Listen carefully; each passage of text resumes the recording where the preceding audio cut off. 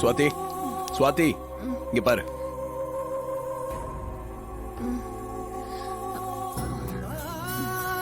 எழுந்துரு.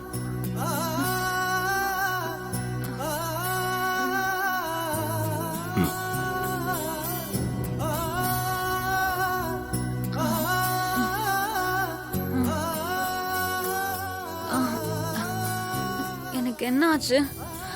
நான் எப்படி இங்க வந்தேன் சொல்லுங்க. நீ எதுக்காக அந்த ஹோட்டலுக்கு போன? உன்னை யார் அங்க வர சொன்னா? ஹே, கேக்குறாருல, சொல்லு. நீ எவ்வளவு பெரிய பிரச்சனையில மாட்ட இருந்தன்னு தெரியுமா? நீங்க என்ன மாமா சொல்றீங்க?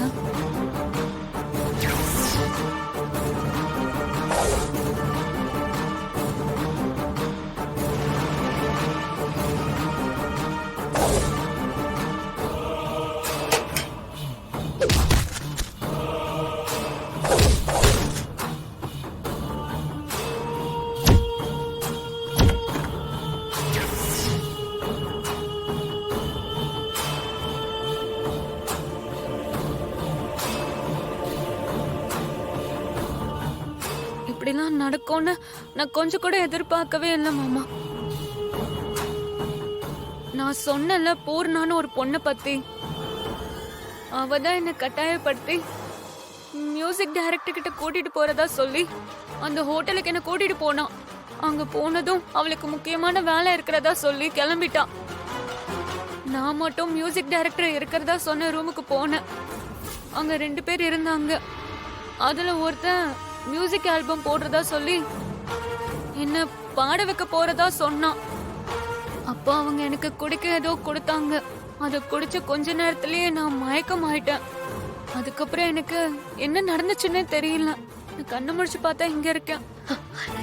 நல்ல வேலை ராஜா வந்ததால நீ தப்பிச்ச. இல்லனா உன்னை போலீஸ் தப்பான பொண்ணுன்னு அரெஸ்ட் பண்ணிட்டு போயிருப்பாங்க.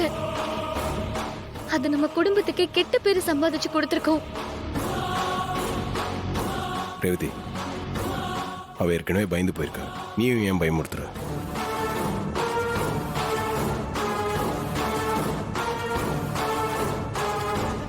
இந்த அந்த பொண்ணோட ஃபோன் நம்பர் சொல்லு.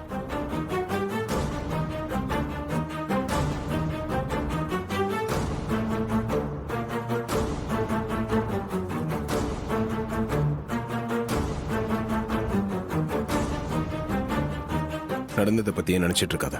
அதான் முடிஞ்சிருச்சுல. இது ஒரு கெட்ட கனவா நினைச்சு மறந்துரு. ரேவதி, பாத்துக்க.